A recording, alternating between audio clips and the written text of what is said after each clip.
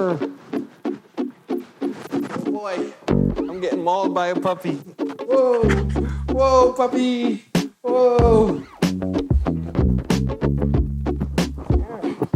Hi. Hi, Jamie. It's good to see you. Good to see you, Jamie. Excellent. All right, buddy.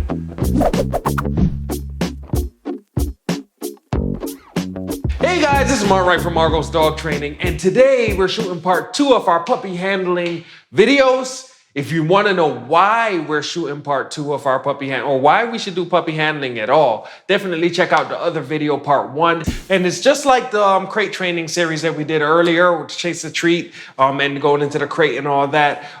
In that we have 3 different puppies. And they are 3 different temperaments, 3 different energy levels, so that way you can kind of see how we handle each one, right? So we had Brixton, he was the middle puppy, and his energy was medium.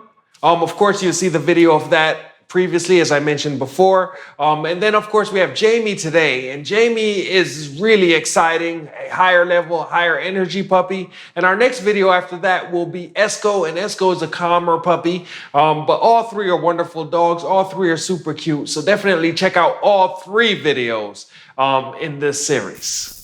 So this is young Jamie. He's a 12-week-old golden retriever. And I'm going to start with him talking about body handling this puppy. Because, you know, we bring the dogs to the vets, we bring the dogs to the groomers, we have to cut their nails, we might have to give them a bath at home.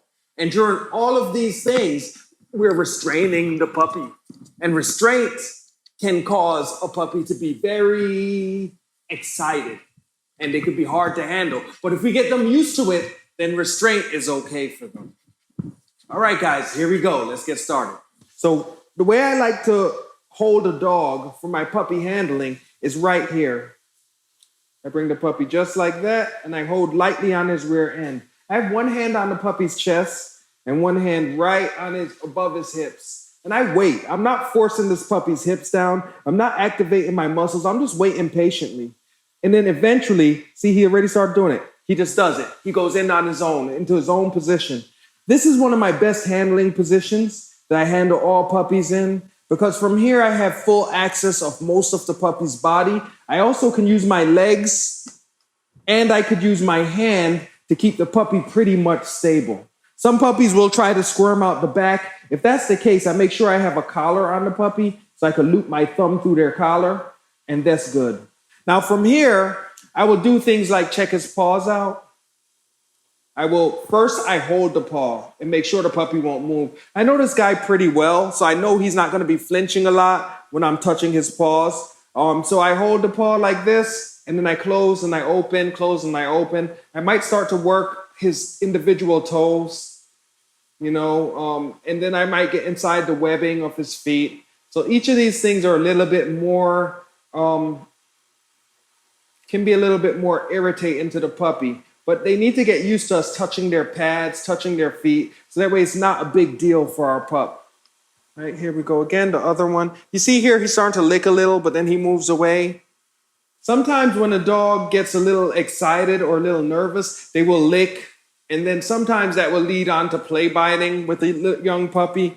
And it's really just a sign that the puppy is a little bit nervous about what we're doing. So we could go a little bit slower in order to be able to help that licking to go away. I'm going to check the back paws too. It'll be hard to see down there, but I'm not going to change the puppy's position as I hold the paw in my hand, nice and calm. All right, I'm going to hold this one too. Sometimes, as I'm doing all of this stuff, I'll also just give the puppy a little food. I don't have to give food every single time, especially if the puppy is calming down like Jamie here is calming down a bit. I just need to hold. Oh, when he gets active like this, when a puppy gets active like this, what I want to do is I just stay calm. I touch on the rear end. I hold that touch. He puts himself. I hold that touch. And then there, he puts himself back in, and I stay really calm. I go right back to that paw that made him get active, and I squeeze that. I hold on to it. Not squeezing hard, just a little squeeze. Excellent. The next thing we're going to do with him is we're going to check the ears. I'm going to go from the base of the ear to the tip of the ear. I'm going to pull a little bit. Now, Jamie has been to my puppy kindergarten class for 3 weeks in a row now. So I know him, he knows me. And in the first class, I was really gentle, but now I'm gonna get just a little firmer. Once again, not trying to hurt the puppy. So I'm not trying to pull hard, but I want him to be conditioned for something that like a young child might do if our backs was turned for 1 instant. We do not like to leave our puppies with young children, but you know, sometimes things can happen. And I want to get the puppy kind of used to this kind of thing. Next, I'll flip his ear up and I'll rub like this. If I was going to wash this puppy's ear, I make sure not to stick anything smaller than my elbow in the dog's ear. So I'd put a washcloth on my hand and I'd flip the ear up and I'd wash just like this. All right, so I want to get him used to that. And you can see Jamie's just calming down here as we go along. A fun fact about ears. You could actually tell if your puppy has an ear infection if you sniff the puppy's ear. You don't have to know what it smells like. You will know it when you smell it. All right? So every once in a while, you should definitely do that, a quick little sniff. Other ways to tell if your puppy has an ear infection is if they shake their head a lot or if they just start walking with their with their head leaned to one side. That will let you know that your puppy might have an ear infection. But anyway, from there, after that, next thing I'm going to do is I'm going to open this puppy's mouth. So I take my finger and I just rub on the seam right into the lips. And there he goes. He let me open. Good. I'm going to do that one more time. So his mouth is a little open here. But there, I just open, get my hands in there. Excellent. And then I pet the puppy. A lot of the times when I do that, I will open, hold open, and I'll put a treat right in his mouth as well. So he could get used to, you know, people opening his mouth. Also for his owners, the more that I practice this, the easier it gets. For me, it's not a big deal to open most dogs' mouths. That gets him used to in case I need to give him pills. I will wrap him in a pill pocket or I'll put peanut butter on him. But some dogs get really smart and they will eat the pill pocket and inject the pill. I've seen that many times. And if you're giving your dog an $80 motion sickness pill, you do not want to have to go find that. So that is something helpful to do. Next thing we're going to do is we're going to check out the femoral artery, right? That's the artery back here in the groin of the dog. So I have him sitting up here and I reach back with these 2 fingers. There's no pulse in those fingers. I reach back here and really I'm just checking that pulse. There's a groin back there, a groin tendon. And once I find that tendon, I could usually feel that pulse beating off the tendon. But once again, the main important thing is not necessarily to find the pulse, but to touch the puppy all over his body, right? So I'm going to pick him up here so you guys might be able to see a little better. Here's my 2 fingers, and I reach in right in there. Right there, and there's his pulse. Excellent. I switch hands, and I reach right there. Excellent. He's doing really good.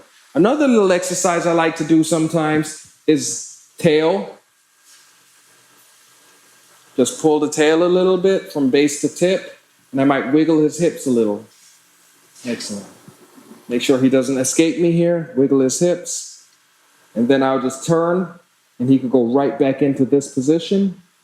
Excellent. Very good. He's not play biting me, but if he was, let's see if I could get him excited and see if he could play bite. There. Play bite. Whenever a dog play bites, I have 2 options. One option is to get up and leave and to separate from the puppy, leaving him in behind the baby gate or putting him in his playpen or in his crate. The other option is that I could just hold lightly along his muzzle, wait till he calms down, and then I will give him an opportunity to make a decision. If he chooses not to play bite, he can be free. Excellent. There you go, pup. Very good, doggy. Excellent. Okay, so the moral of today's video, the moral of the story, if you will, is that we should definitely be practicing restraining our puppy every day. We should practice body handling and touching the puppy all over its body, especially when the puppy is 8 weeks old until they're 16 weeks old. We should do that every day. These are all very good things to do so that way your puppy understands the structure and understands what is going on in the world. All right. Until next time, enjoy your day and enjoy your dog.